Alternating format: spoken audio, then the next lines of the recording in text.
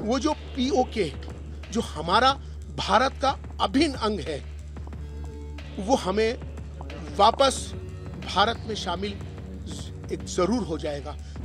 दोस्तों, एक सवाल से शुरू करते हैं। जब भारत का एक मुस्लिम धर्मगुरु खुलकर कहे कि पाकिस्तान के कब्जे वाला कश्मीर जल्द भारत का हिस्सा बनेगा, तो पाकिस्तान को कैसा लगेगा?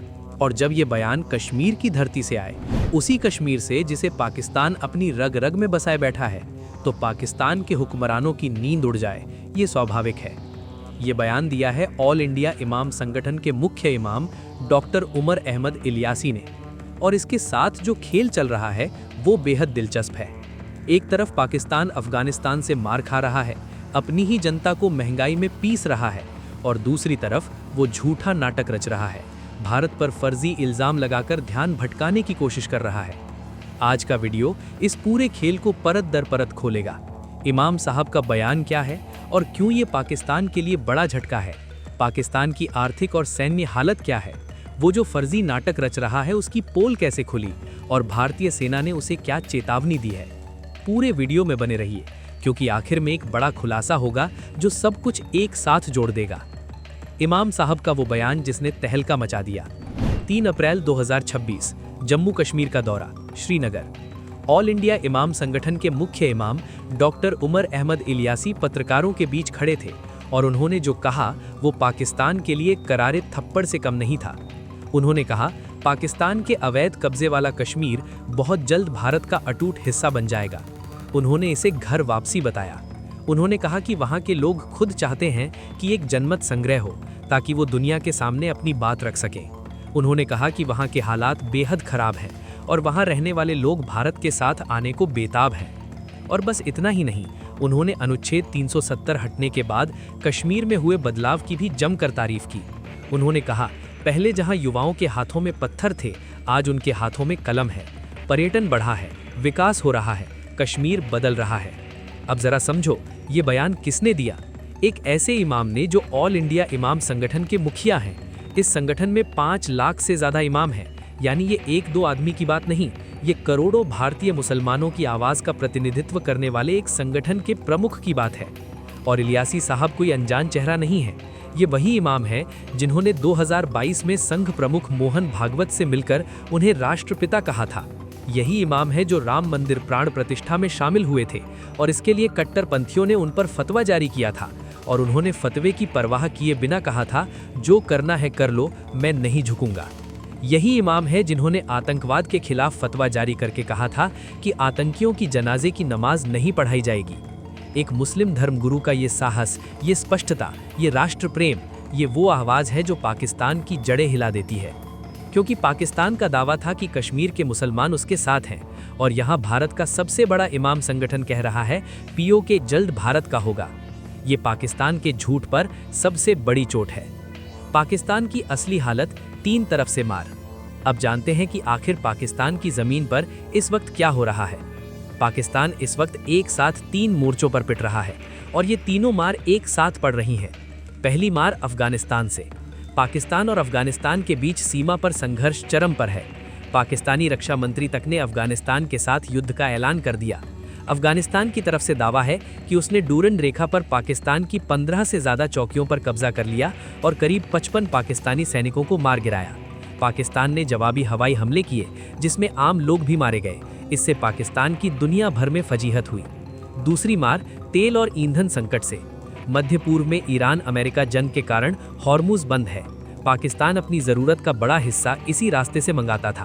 तेल की कमी हुई, महंगाई आसमान छू रही है। ईरान सऊदी तनाव से पाकिस्तान की अर्थव्यवस्था डगमगा गई। पेट्रोल के दाम में 55 रुपए प्रति लीटर की बढ़ोतरी हुई। सरकारी कर्मचारियों की तनख्वाह में 30% तक कटौती का फरमान आया। 4 दिन का काम सप्ताह लागू किया। तीसरी मार कर्ज का बोझ। जनवरी 2026 तक पाकिस्तान पर कुल 79,322 अरब पाकिस्तानी रुपए का कर्ज है। बाहरी कर्ज 131 अरब डॉलर है। IMF से कर्ज लो, शर्तें मानो, फिर भी हालत नहीं सुधरती। युद्ध का खर्च बढ़ा, निवेशकों का भरोसा टूटा। आम जनता का हाल, जो पहले आटे दाल के लिए लड़ते थे, आज भी वही लड़ रहे हैं। गैस नहीं, रोजगार नहीं, भविष्य नहीं। ये है पाकिस्तान की असली तस्वीर। अंदर से खोखला, बाहर से गर्जना। रुको, इससे भी बड़ी बात अभी बाकी है। पाकिस्तान का सबसे गंदा खेल, फर्जी नाटक। अब आते हैं उस हिस्से पर जो सबसे खतरनाक है, पाकिस्तान का वो काला खेल जो वो भारत के खिलाफ खेल रहा है। जब भी पाकिस्तान अंदर से कमजोर होता है, जब उसकी जनता सड़कों पर उतरने लगती है, जब उसकी अर्थव्यवस्था डूबने लगती है, तब पाकिस्तान एक पुराना और घिनौना तरीका अपनाता है। वो भारत को दुश्मन बताकर अपनी जनता का ध्यान भटकाता है। और इस बार उसने एक नई चाल चली है, फर्जी कांड यानी झूठी कहानी। भारतीय खुफिया एजेंसियों को पता चला कि पाकिस्तान की खुफिया एजेंसी ने एक बड़ा प्रचार अभियान शुरू किया है। इसमें दावा किया जा रहा है कि भारत अपनी ही जमीन पर एक नाटक रचने की योजना बना रहा है, जिसमें पाकिस्तानी नागरिकों का इस्तेमाल किया जाएगा। फिर उसका इल्जाम पाकिस्तान पर डालकर भारत हमला करेगा। ये वही पुरानी दुकान है। यही कहानी पाकिस्तान ने अप्रैल 2025 में पहलगाम हमले से पहले भी फैलाई थी। उस समय भी डॉन और जियो न्यूज पर यही झूठी खबरें चलाई गई थीं और उसके 23 दिन बाद पहलगाम में असली हमला हुआ था जो पाकिस्तान ने करवाया था। इस बार भी वही खेल। इस झूठे नाटक का मसौदा पाकिस्तानी खुफिया एजेंसी के एक बड़े अधिकारी ने तैयार किया। इसे पहले पाकिस्तानी अखबारों में छपवाया गया, फिर सोशल मीडिया पर फर्जी खातों के जरिए फैलाया गया। सवाल ये है कि पाकिस्तान ये सब क्यों कर रहा है।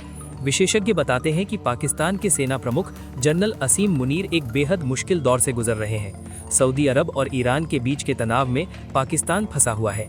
सऊदी अरब से समझौता है जो कहता है कि सऊदी पर हमला पाकिस्तान पर हमला माना जाएगा, और ईरान के साथ सीमा साझा है। इस दोहरे दबाव से बचने के लिए मुनीर भारत के साथ तनाव का माहौल बना रहे हैं ताकि ध्यान बटे और घरेलू दबाव से राहत मिले। यानी पाकिस्तान अपनी मौत खुद बुला रहा है। ऑपरेशन सिंदूर और भारत की ताकत। अब बात करते हैं भारत की, क्योंकि पाकिस्तान को ये नहीं भूलना चाहिए कि उसने पिछली बार क्या झेला था। मई 2025 में भारत ने ऑपरेशन सिंदूर चलाया था। पहलगाम आतंकी हमले के जवाब में भारत ने पाकिस्तान और पाकिस्तान अधिकृत कश्मीर में आतंकी ठिकानों को निशाना बनाया। और क्या हुआ? सिर्फ 4 दिन में पाकिस्तान घुटनों पर आ गया। उसने खुद भारतीय सैन्य अधिकारियों से संपर्क करके युद्ध रोकने की गुहार लगाई। भारत ने विचार विमर्श के बाद युद्ध विराम किया। और अब भारतीय सेना ने क्या कहा है? वेस्टर्न कमांड के army commander lieutenant general Manoj Kumar Katiyar ने पठानकोट की मामून छावनी में खड़े होकर पाकिस्तान को सीधे शब्दों में चेतावनी दी, ऑपरेशन सिंदूर के बाद हमारी तैयारी और भी ज्यादा है। अगर कोई गलती हुई तो इस बार का प्रहार पहले से कहीं ज्यादा घातक होगा। हम पाकिस्तानी सेना के घुटने टिकवाकर उससे हार स्वीकार करवाने में पूरी तरह सक्षम है। 2 कोर के commander lieutenant general Rajesh Pushkar ने कहा, ऑपरेशन सिंदूर 2 शुरू हो चुका है। पिछली बार पाकिस्तान को सिर्फ एक छोटा नमूना दिखाया था। इस बार भारतीय सेना हवा, जमीन और समुद्र तीनों मोर्चों पर किसी भी वक्त तैयार है। अब जरा सोचो, एक तरफ पाकिस्तान झूठी कहानियां फैला रहा है और दूसरी तरफ भारत की सेना मैदान में उतरकर खुली चेतावनी दे रही है। पाकिस्तान की ताकत झूठे प्रचार में, भारत की ताकत असली जमीन पर। पीओके की असली तस्वीर, पाकिस्तान का वो हिस्सा जो जल रहा है। अब बात करते हैं पीओके की, यानी पाकिस्तान अधिकृत कश्मीर की। जो पाकिस्तान दावा करता है कि वहाँ के लोग उसके साथ हैं, उसी पाकिस्तान के कब्जे वाले कश्मीर में क्या हो रहा है? वहाँ के लोग महंगाई से त्राही त्राही कर रहे हैं। पीओके में बिजली के लिए आंदोलन हुए हैं। आटे दाल की कमी है, रोजगार नहीं, युवाओं के पास भविष्य नहीं। और इधर भारत का कश्मीर, अनुच्छेद 370 हटने के बाद जम्मू कश्मीर में विकास की रफ्तार तेज हुई है। पर्यटन में भारी इजाफा हुआ है। नए होटल, नए रास्ते, नई उड़ानें, युवाओं को रोजगार मिल रहा है। स्कूल, अस्पताल बन रहे हैं। कश्मीर बदल रहा है। इमाम इलियासी ने सही कहा, जब पीओके के लोग इस तरफ देखेंगे और उस तरफ देखेंगे तो वो किसके साथ जाना चाहेंगे? जवाब साफ है। और यही वजह है कि इमाम इलियासी का बयान पाकिस्तान के लिए इतनी बड़ी चोट है। एक मुस्लिम धर्मगुरु, एक ऐसे देश के सबसे बड़े इमाम संगठन के प्रमुख का ये कहना कि पीओके जल्द भारत में शामिल होगा, ये पाकिस्तान के उस झूठ की जड़ काट देता है जो वो दशकों से बोलता आया है। 1 मिनट रुको, अगर अब तक का वीडियो पसंद आया हो तो लाइक जरूर करो। इससे हमें और ऐसे वीडियो बनाने की हिम्मत मिलती है। मुनीर की असली रणनीति, पर्दे के पीछे का खेल। अब सबसे गहरी बात, पाकिस्तानी सेना प्रमुख जनरल असीम मुनीर आखिर चाहते क्या है? मुनीर इस वक्त बेहद मुश्किल दौर में है। अंदर की हालत खराब है, जनता नाराज है, अर्थव्यवस्था डूब रही है, अफगानिस्तान से मार पड़ रही है। बाहर की हालत खराब है, मध्य पूर्व में जंग है जिसमें पाकिस्तान को ईरान और सऊदी दोनों तरफ से दबाव मिल रहा है। ऐसे में मुनीर की रणनीति है, भारत के साथ तनाव बढ़ाओ, झूठी कहानी फैलाओ कि भारत हमला करने वाला है। इससे 3 काम हो जाएंगे। पहला, पाकिस्तान की जनता अपनी तकलीफ से हट जाएगी। दूसरा, सेना को और बजट मिलेगा क्योंकि दुश्मन का खतरा दिखाकर सेना ज्यादा पैसे मांग सकती है। तीसरा, मध्य पूर्व के झमेले में सीधे न पड़ने का बहाना मिलेगा। ये वही पुरानी चाल है जो पाकिस्तान की फौज दशकों से खेलती आई है, जब अंदर जलना हो बाहर आग लगाओ। लेकिन इस बार एक फर्क है, इस बार भारत पहले से तैयार है। इस बार भारत ने ऑपरेशन सिंदूर करके दिखा दिया है कि वो पलटकर मार सकता है। इस बार भारतीय खुफिया एजेंसियों ने पाकिस्तान के झूठे नाटक को पहले ही पकड़ लिया है और इस बार भारत का मुस्लिम समाज भी एकजुट होकर कह रहा है पीओके भारत का है और वापस आएगा। तमाम बातों का सार और आगे क्या, दोस्तों अब पूरी तस्वीर सामने रखते हैं। एक तरफ है भारत, जहां कश्मीर बदल रहा है, विकास हो रहा है, मुस्लिम धर्मगुरु पीओके की वापसी की बात कर रहे हैं और सेना दो टोक चेतावनी दे रही है। दूसरी तरफ है पाकिस्तान, जो अफगानिस्तान से मार खा रहा है, महंगाई से तड़प रहा है, तेल के लिए तरस रहा है, कर्ज में डूब रहा है और इन सब से ध्यान भटकाने के लिए झूठी कहानियां रच रहा है।